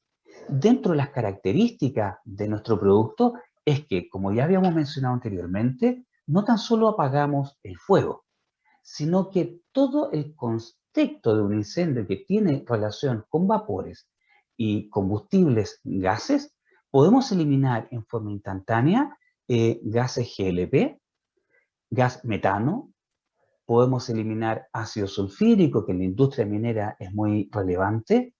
También en ese efecto podemos eliminar amoníaco, dicloro.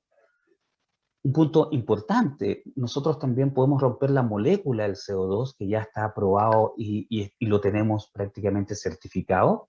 También eliminamos los NOx, que no tan solo puede ser utilizado o en el fondo en un combate de incendio en una compañía minera, sino también en las proyecciones de vapores y gases en sus chimeneas. Dióxido de azufre, monóxido de carbono. Toda vez que nosotros combatimos un incendio de hidrocarburos, nosotros estamos haciendo una degradación del mismo, transformando el hidrocarburo en un hidrato de carbono, lo que nos permite descomponer un combustible.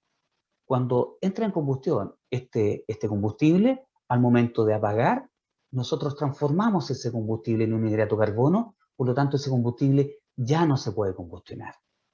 No requiere equipos especiales por su aplicación. Hemos apagado incendios con bombas de espaldas, manuales, pueden ser aplicados con sprinkler, la aplicación en incendios tridimensionales, que es muy importante, puesto que no generamos un sello mecánico para apagar incendios o controlarlos. Las aplicaciones pueden ser hechas a través de un pitón con caudal regulable, pitones de espuma de baja, media y alta expansión, extintores también de agua presurizada y sistema de espuma con aire comprimido.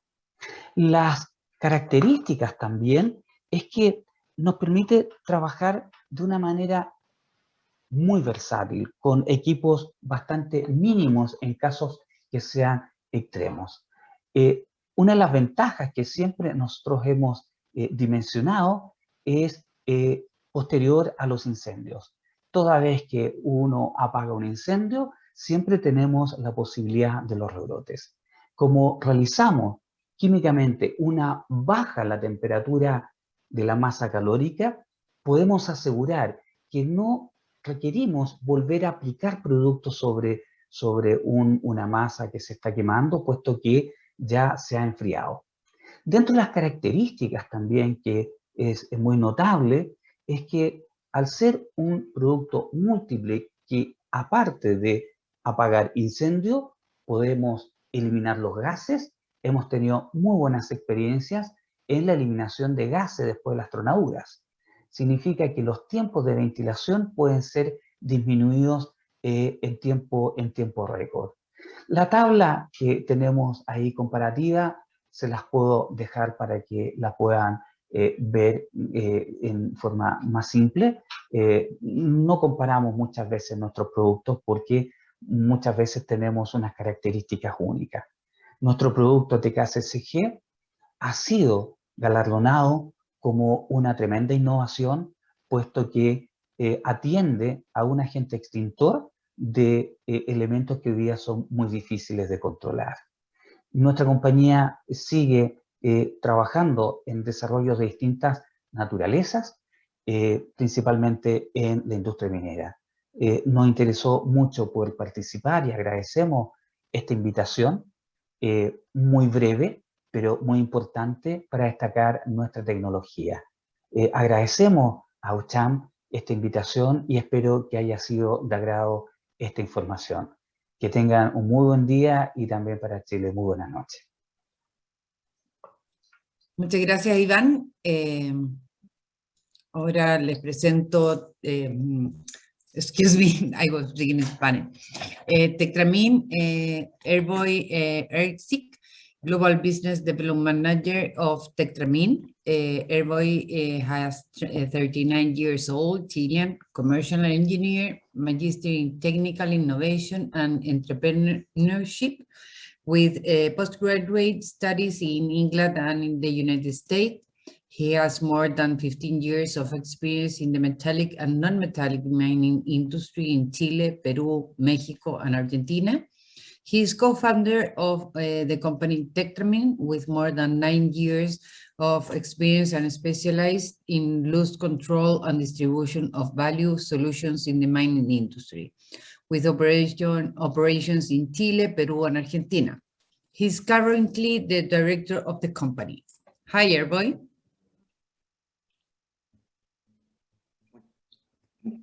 Muchas gracias, Ximena. Voy a hablar en español. Este es un tema bastante técnico. Somos una empresa la siguiente slide, por favor. Somos una empresa que va a cumplir 10 años. Ya es madura. Tenemos una tecnología que es patentada, que se especializa en el control de pérdida de soluciones valiosas y de conducción de la misma. Podemos inspeccionar todo el sistema impermeable de nuestro cliente, principalmente en minería metálica y no metálica. Como dice la slide, cumplimos con todas las normas ASTM internacionales, pero al mismo tiempo, gracias a nuestra patente, podemos obviar muchas condiciones técnicas por el cual se rigen estas normas, como ya sea con condiciones metálicas, vibraciones constantes, soluciones entrando y saliendo, lo que hace que nuestra tecnología se complemente muy bien con equipos de geofísica, como de resistividad eléctrica, como equipos GEM, equipos TDEM, que hacen que se pueda maximizar la visualización del subsuelo y podemos detectar, la siguiente slide, por favor, podemos maximizar esta imagen del subsuelo y podemos detectar cómo se está comportando, por ejemplo, la solución en una pila de lixiviación para maximizar su extracción del mineral, una pila de lixiviación dinámica, estática, un tranque de relave, un dique de cola, una línea enterrada de piping como salmoreoducto, mineroducto, acueductos, estanques de soluciones SX o ricas, estanques espesadores. Pueden ver ahí, estamos inspeccionando uno de los espesadores más grandes del mundo en Perú. Podemos dimensionar socavamientos, por ejemplo, en salares donde se extrae litio en estado líquido. Yo hoy día me encuentro en Argentina, trabajando para Allkem y POSCO. En Chile también trabajamos con empresas australianas como PHP. En Perú, en el mundo del oro, trabajamos con Barrick, Newmont. La ventaja de nuestra patente es que tenemos una capacidad de inspeccionar desde 40.000 metros cuadrados día o equivalente a 500 metros lineales por día. Focalizamos la detección de cómo se está perdiendo esa solución para que la reparación sea a un costo mínimo. Tenemos capacidad de fabricar nuestros propios equipos que se complementan, como dije, con equipos de geofísica. Tenemos resultados inmediatos. O sea, en el mismo momento el equipo va detectando qué está pasando en el subsuelo. Tenemos una exactitud de centímetros que pudiera quizá pasar a metros si que bajamos a profundidades de mayores a 100 metros. Y somos seguros por el medio ambiente, ya que nosotros nos dedicamos a maximizar la pérdida de soluciones, que generalmente son valiosas porque estamos hablando de litio en solución en altas concentraciones, o cobre u oro, y también evitamos como consecuencia posterior un potencial daño medioambiental. La siguiente slide. Y como dije, operamos en Chile, en Perú, en Argentina, en México, en las más diversas condiciones climáticas y geográficas, en montaña, en zonas desérticas, en zonas lluviosas.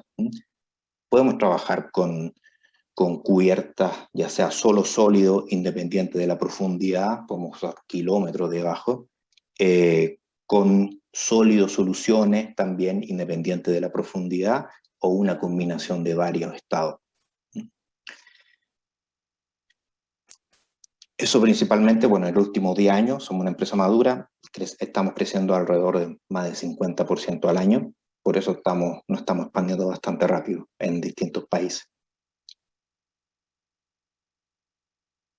Muchas gracias, Ximena, por el tiempo. Gracias, Hrvoj. Thank you all. Now I will present Darren Levy, who will be the moderator and look about the question that you have. Thank you. Darren, are you there?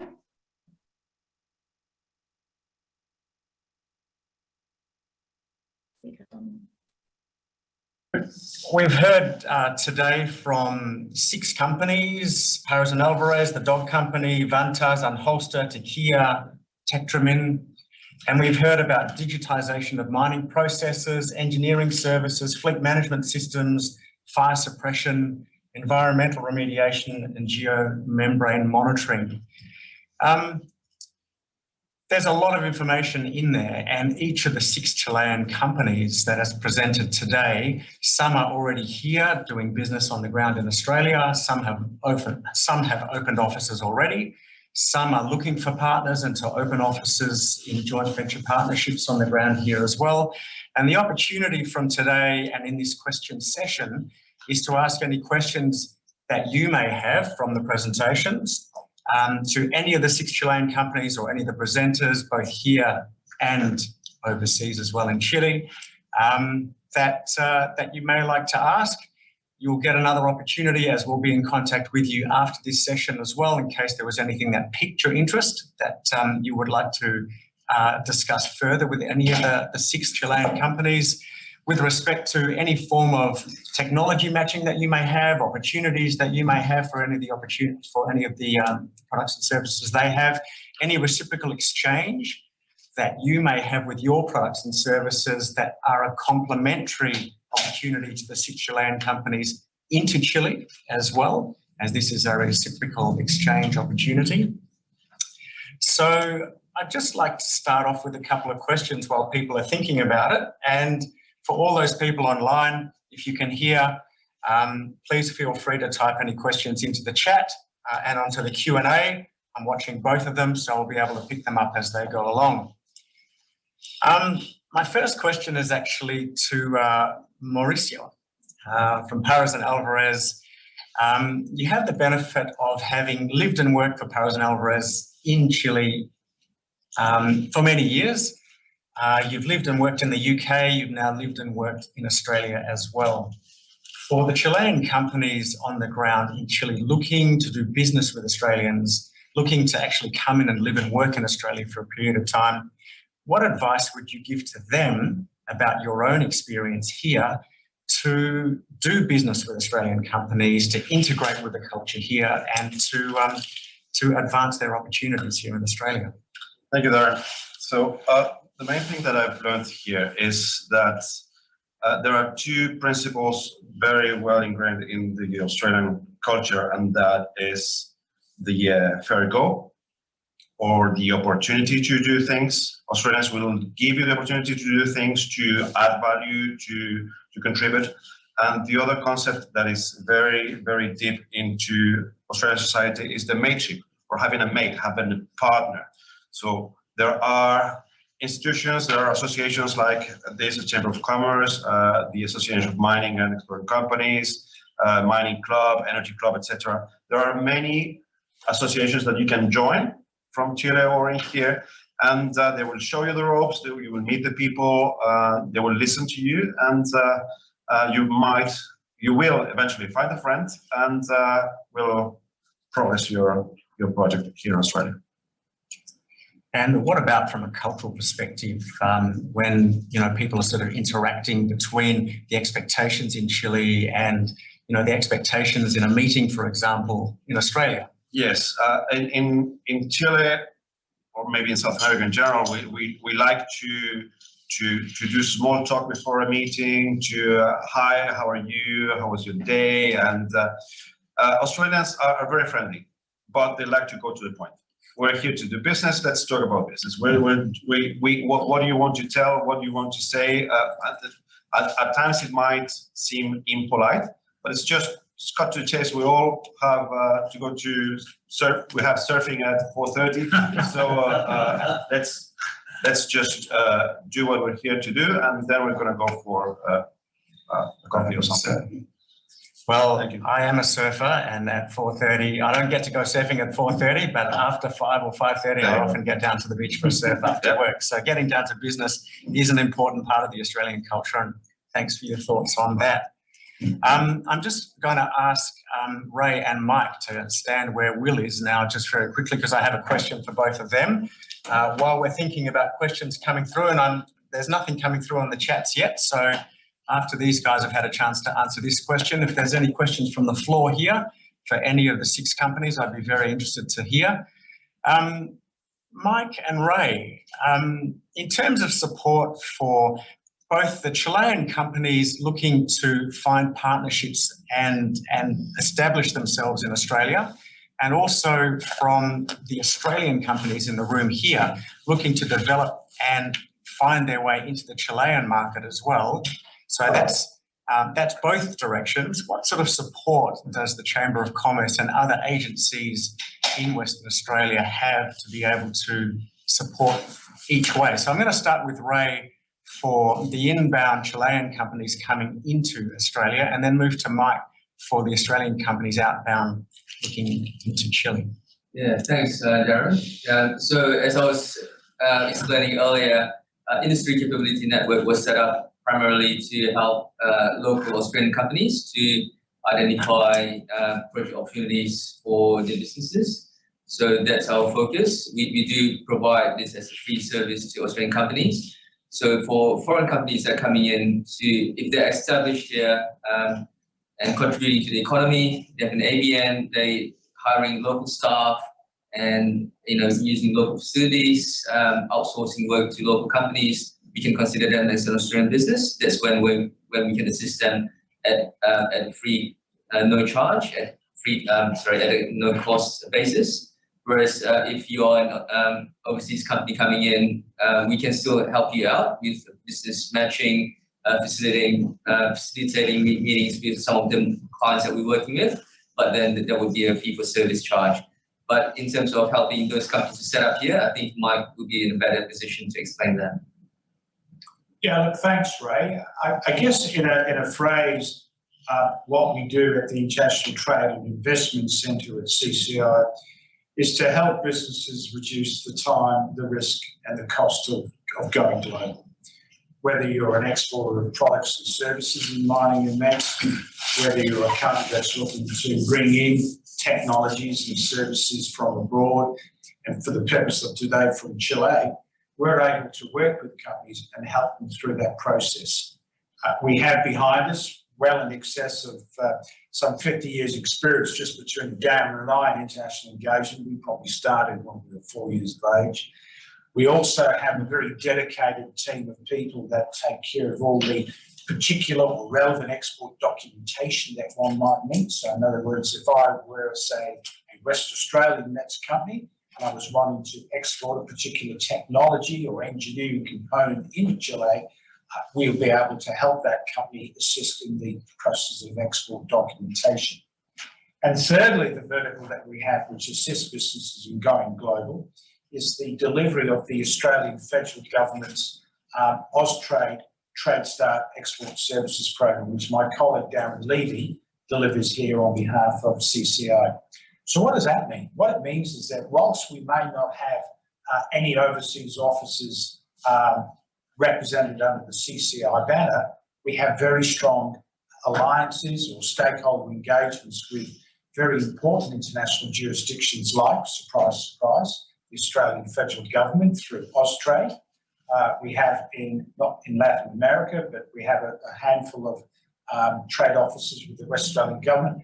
And of course, because we are a chamber of commerce and we're part of a larger global family, if you like, of chambers of commerce, we work very closely with those chambers as well. And obviously, in the case of this project that we have undertaken into Chile, it's with the Australian Chamber of Commerce in the Auscham Chamber of Commerce in Chile in Santiago. So we're able to essentially help businesses throughout that journey so that they can be successful internationally. That's our core KPI. Thank you.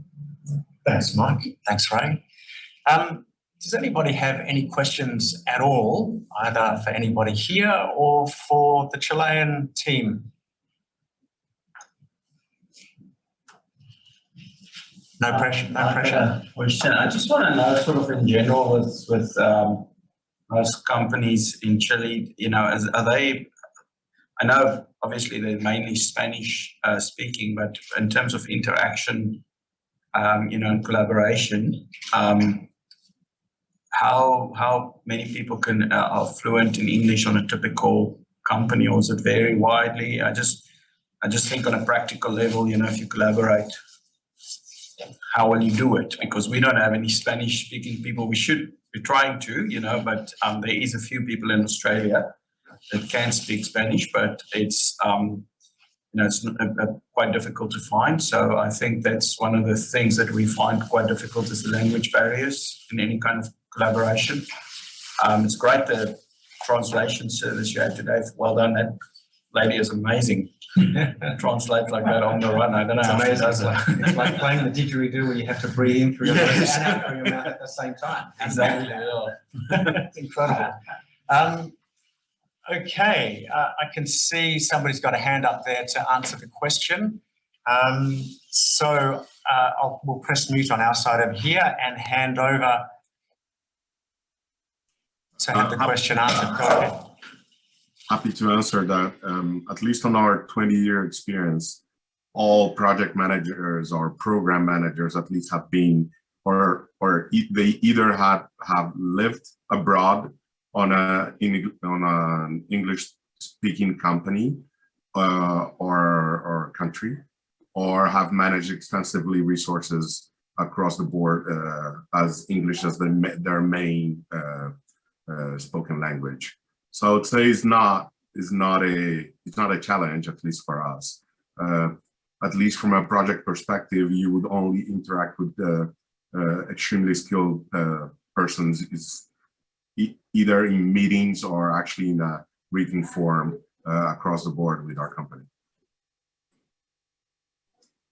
I can give a Vantaz perspective as well. I guess I've been, I shouldn't say pleasantly surprised, but impressed by just how many of the Vantaz team members speak very fluent English. So, you know, and particularly sort of the people that people on the ground here in Australia will be dealing with sort of on a daily or nightly basis, given the time zone difference. You know, the level of English is actually very good. The time zone is an interesting one, so it can be sometimes challenging finding times that work across the time zones, but it actually serves as an advantage as well. So, if we've got work that needs to get done, a request that comes in, I can sort of quickly send a request off overnight and get a response overnight, and so it allows us to sort of be pretty agile in terms of responding to requests, notwithstanding the time zone challenges. Yes, actually, I agree. The time zone challenges can also be looked at as an advantage, especially where you can get answers back overnight. And I guess in exploring this opportunity through the Chamber of Commerce with Mike and with Ximena and Marcelo, one of the highlights that's really come up is that one of the biggest challenges, particularly in Western Australia at the moment, is we don't have access to a lot of skilled labour. There's a skilled labour shortage here in Western Australia. Demand is high. Everything is very, very busy. And we are really struggling to get more labour into the economy here. So getting access to more labour through businesses like the Chilean businesses at the moment that can remotely provide those services while everybody's locked down. There are also some price advantages around that.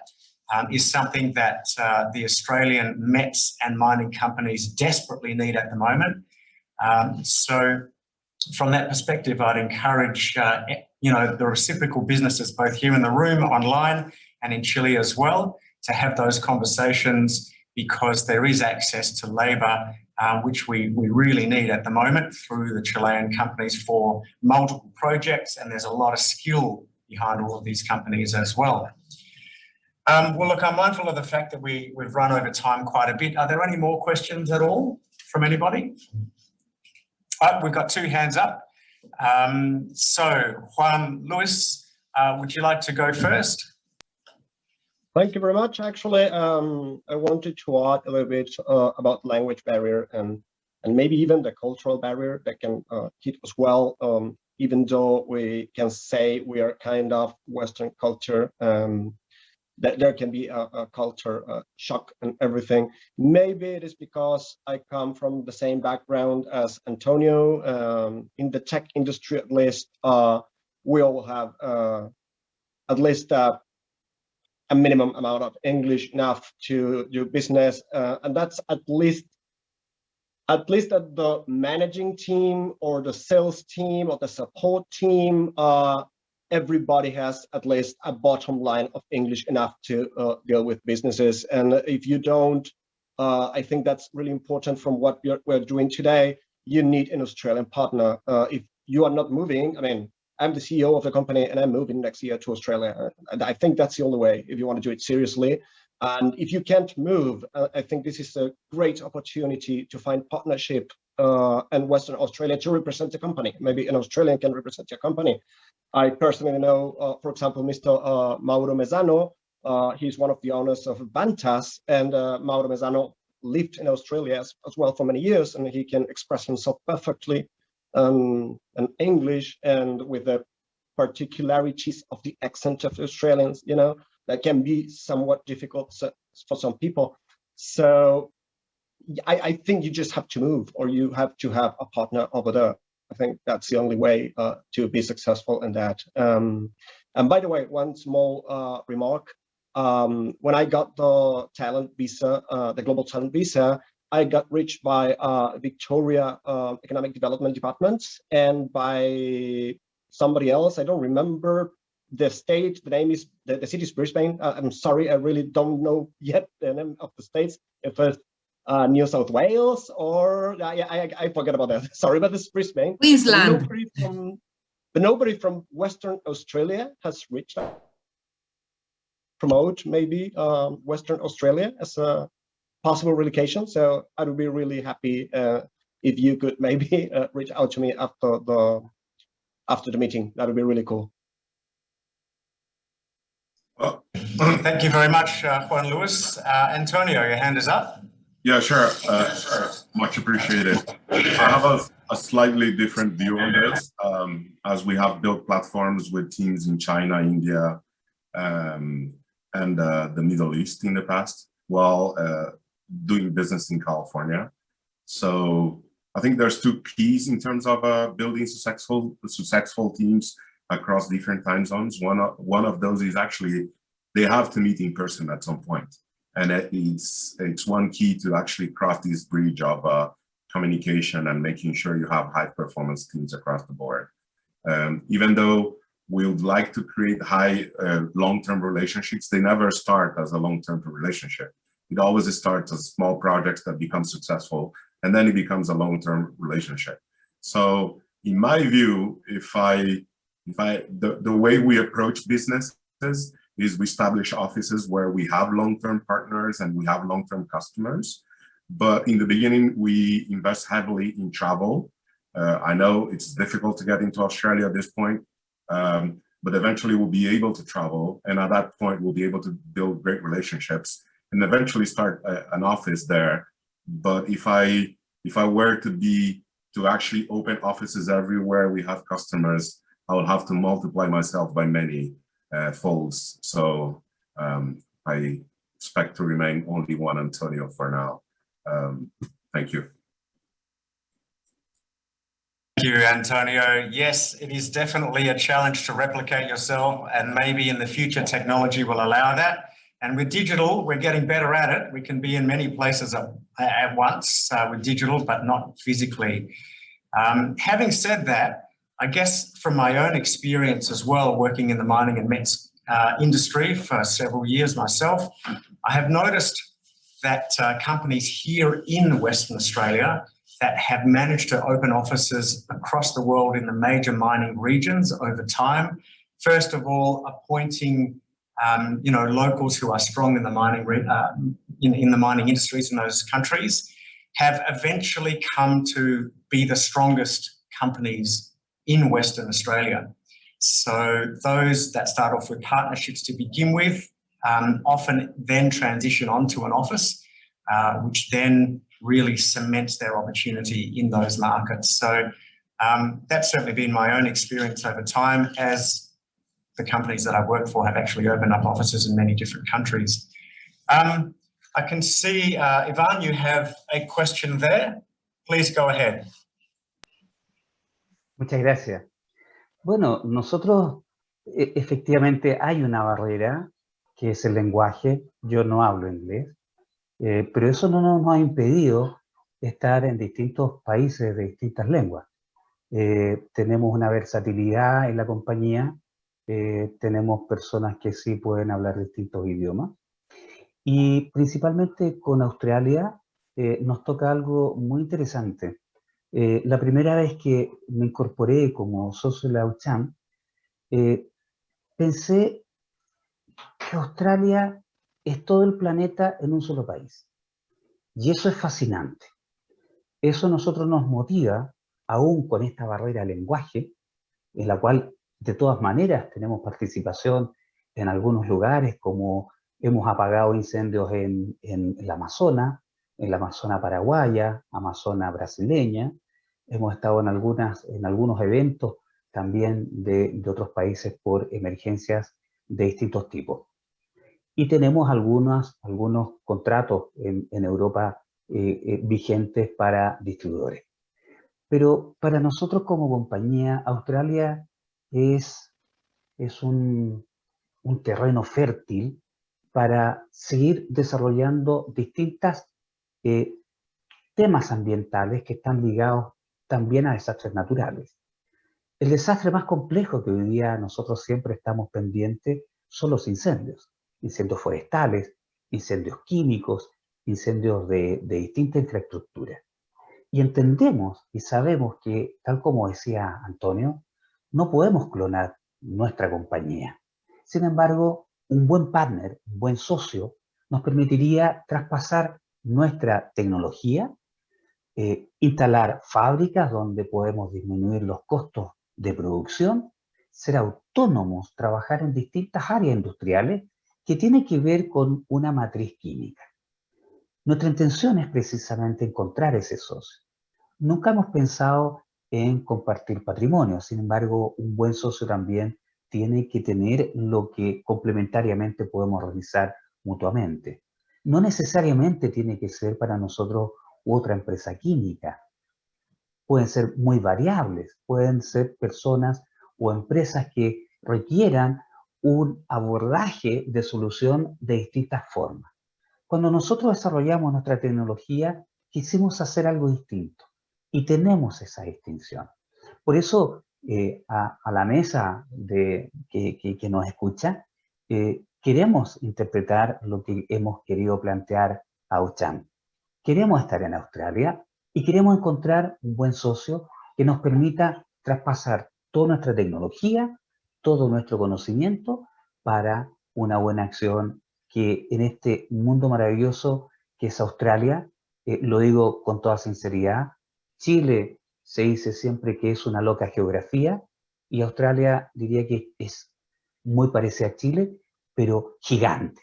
Y eso nos motiva a tener esta mirada de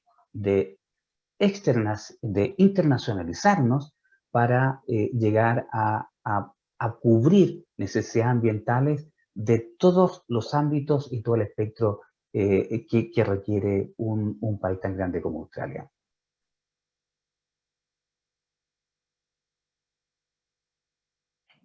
Thank you, Ivan. I have definitely had the experience myself as an export manager traveling the world with translators to different countries like China and basically sitting down with roomfuls of people and having a translator in one ear and the customer right in front of me having, conversations, and we were able to transact and do business. So yes, it definitely can be done. And more recently, as technology has evolved, even with Google Translate, just speaking into English, speaking into the phone in English, and then it just pops out in Spanish or in Chinese, etc. as well. It's remarkable how far we've come to be able to just sit together in a room and be able to converse in any language and be understood too. So I do agree with that. Thank you for those comments. Are there any other questions from the room or from online? Okay, with that, I'd like to invite Michael Carter back to the floor to wrap up today's event and provide a vote of thanks, and also Ximena as well. Thank you, Darren. And, ladies and gentlemen, I do appreciate that it's getting pretty late in the night for those of you that are listening online in Chile, and it's getting to be the start of a great business morning here in Perth. So I would like to thank everyone for being involved. It's really funny. The Pacific Ocean may be the largest and deepest oceanic zone in the world, and there are some 13,000 nautical miles that sort of separates the east coast of Australia with the coast of Chile. But I think from what I've sort of picked up today is that there really are some terrific opportunities and synergies for both Australia and certainly Western Australia and Chile to do so much more, and very much so in the mining and METS space, which is why we were really excited to partner with both Auscham and with ProChile on this initiative. And it doesn't stop here. Following this session, we will be sharing with everybody the PowerPoint and some further information that we have undertaken. We are in the throes at the moment of assisting the 6 Chilean companies to partner on a B2B basis with West Australian companies here that have appetite to engage. Certainly for those West Australian companies that have come here this morning, we certainly will encourage you to reach out to all of the 6 Chilean companies where there's relevance in doing business, and let the journey begin. So thank you, and over to you, Ximena, to say some closing words. Thank you. Thank you, Mike, Darren, and all there, and my 6 Chilean companies. Thank you all, and hope we will be there in Australia in, I hope, 1 year more. Well, bye, and see you soon. Bye-bye. Okay, thank you very much. Thank you for the presentations. Did you see those fingers coming?